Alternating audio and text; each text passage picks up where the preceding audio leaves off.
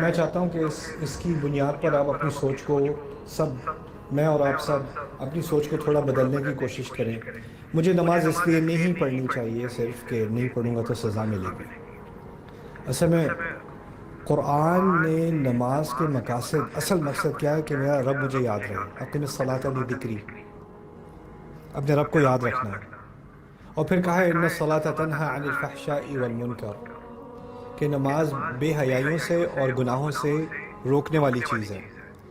میں نے نماز کی طرف آنا ہے اپنی حفاظت کے لیے۔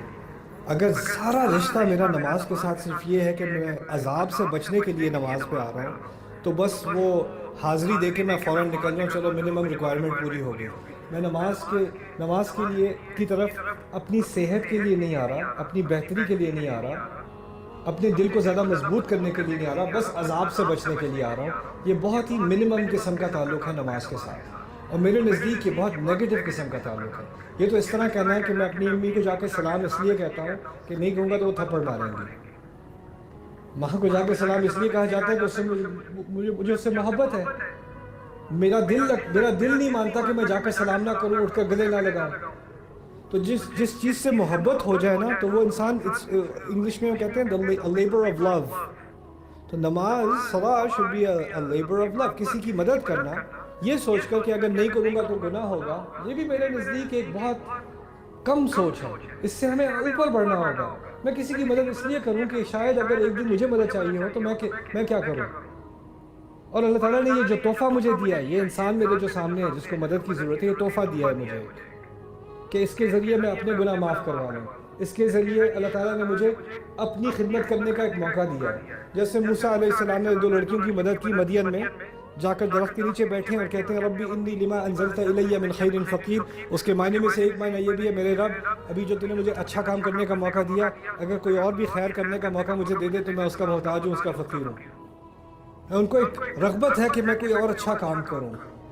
اب آتے ہیں قرآن کی طرف۔ میرے نزدیک قرآن اس طرح کہا کہ پڑھو، نہیں پڑھو گے تو قیامت کے دن تمہارے خلاف گواہی دے گا، یہ ہوگا وہ ہوگا۔ ٹھیک ہے، وہ باتیں بعد میں ہو جائیں گی۔ پہلے I think we need a labour of لو۔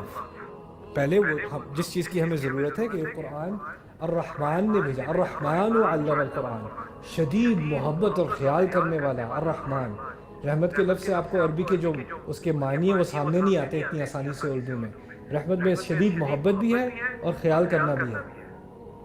جس ہستی کو مجھ سے اتنی شدید محبت کہ کسی اور کو مجھ سے اتنی محبت نہیں جتنی اس کو ہے، اور جتنا وہ میرا خیال کرتا ہے کسی اور کو میرا اتنا لحاظ نہیں، اتنا خیال نہیں جتنا اس کو ہے۔ اس نے اپنی محبت کی بنیاد پر فیصلہ کیا کہ وہ مجھے قرآن سکھائے۔ الرحمن علم القرآن۔ اور قرآن میں کیوں پڑھوں؟ اس لیے نہیں پڑھوں کہ نہیں پڑھو گے تو گناہ ہوگا یا گلٹ کی بنیاد پر، کیونکہ ہوا کیا کہ ہمارے کلچر میں سارا کا سارا اسلام گلٹ کی بنیاد پر کھڑا ہے۔ نماز نہیں پڑھو گے تو یہ گناہ ملے گا، یہ نہیں کرو گے تو یہ ہوگا، یہ نہیں کرو گے تو یہ ہوگا، شرم کرو شرم کرو شرم کرو شرم کرو، guilt guilt guilt guilt guilt. اور جتنا آپ گلٹ کرو گے اتنی محبت کم ہوتی چلی جائے گی۔ تو یہ بنیادی جو تعلق ہے ہمارا قرآن کے ساتھ، وہ الرحمن کے ساتھ تعلق ہے، وہ محبت کا تعلق ہے۔ اور وہ ایک دفعہ